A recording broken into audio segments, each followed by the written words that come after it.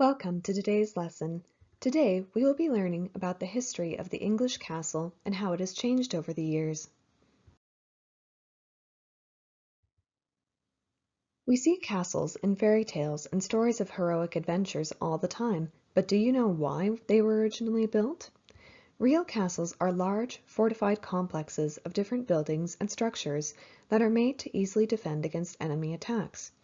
To fortify means to strengthen, so they are basically military camps that have walls around them to protect the people living inside.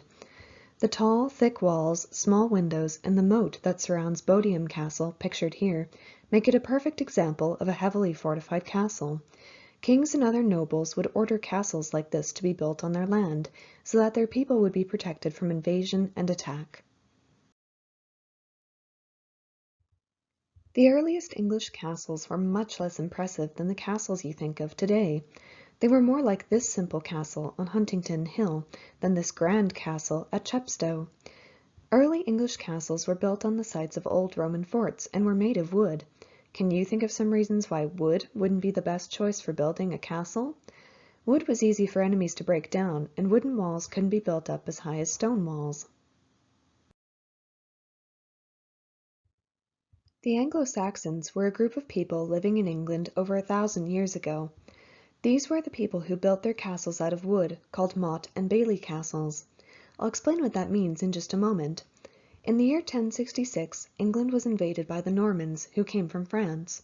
The Normans used the Anglo-Saxon castle design for a little while after they arrived, but soon began to build new castles in England like the ones they had in France, which were much larger and made of stone, like Dunstanburgh Castle pictured here. Let's go all the way back to the beginning to see if we can find out the major changes that were made to castle design over the years. Mott and Bailey castles were much less impressive then and were not as fortified as stone castles, as you can see in the drawing of the Mott and Bailey at Olivet. There are a few different parts of a castle you should know about. The main tower of the Mott and Bailey is called a keep. The keep was usually situated on top of a small hill or mound called a motte, like the one pictured in Forthinghay. It was important to build a castle on high ground so that anyone who approached the castle could be seen from far away. Surrounding the motte would be a large fenced courtyard called the bailey. There would often be a deep ditch around the bailey so that it would be even more difficult for enemies to enter the castle. Since the Anglo-Saxon castles were already in perfect spots around England when the Normans arrived, they often built their new stone castles on the same spot as the old wooden ones. Castles were one of the most important tools a medieval army could have, so their design was always changing to reflect advances in other warfare technology. When stone blocks began to be used in castle construction, the castles were much stronger than they had been when they were made out of wood. As you can see in this picture of Hastings Castle, the castle walls were tall and made from thick blocks of stone. This made siege warfare much more difficult, as enemies could not break down walls as easily with their trebuchets or catapults, like this one pictured here. The first stone castles that the Normans built were called shell keeps. These were very simple, circular-shaped castles, like Restermel Castle pictured here. These were the first stone castles built to replace the wooden keeps of the old Mott and Bailey castles. Because these castles were so simple in their design, they were very easy for the Norman army to build and served as strong protection as they conquered the Anglo-Saxons. Once the Normans had established themselves as the new rulers in England, they had time to branch out and build more elaborate castles. The next major castle design in England was called the rectangular keep, because the keep was, as you guessed it, rectangular in shape. The Tower of London and Rochester Castle, pictured here, are two examples of this design. This is probably the most famous kind of Norman castle, and they were also the strongest. Many castles with rectangular keeps had smaller stone buildings added on, such as gatehouses, which made the castles even more sturdy and secure. These castles also sometimes had drawbridges built, which allowed people to cross the ditch or moat, but could also be pulled up to keep people out of the castle when needed. Another type of keep was called the cylindrical keep. This castle type was a combination of rectangular and shell keeps. They were tall like the rectangular keeps, but had rounded walls like the shell keeps, as you can see in these images of Carnarvon Castle and Launceston Castle.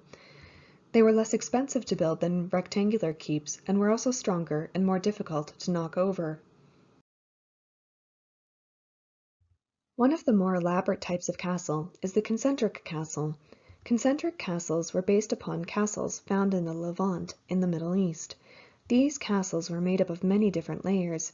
As you can see in the castle plan, an image of Castle Rushen pictured here, which made them incredibly difficult to invade. The keep was in the very center, so it was the hardest to reach. The word concentric is used to describe many shapes which share the same center, with the large shapes surrounding or protecting the smaller ones, like these circles here. Finally, the latest castles were built to look more like homes, as you can see in the images of these three castles here. Some of them were built with bricks instead of stones. They were large fortified mansions or manors. These mansions allowed lords and ladies to live in a space that was comfortable and beautiful, while still defending themselves against attacks. Some of these manor castles throughout England are still being lived in today, as many of them were updated with plumbing and electricity in the last century. Of course, they aren't used for defense in war anymore. Let's review what we've learned today. Castles were large buildings used by the military to defend land and keep invaders out. In the Anglo Saxon period, castles were made of wood. Once the Normans began to take over England, they brought new castle designs with them that included building with stone. As weapons in warfare continued to develop, castle designs also changed to be strong enough to stand up against these weapons. Thanks for watching. For more information and activities relating to castles and medieval life, be sure to check out our Keeping a Castle and Knights, Lords, and Ladies camps. Thank you.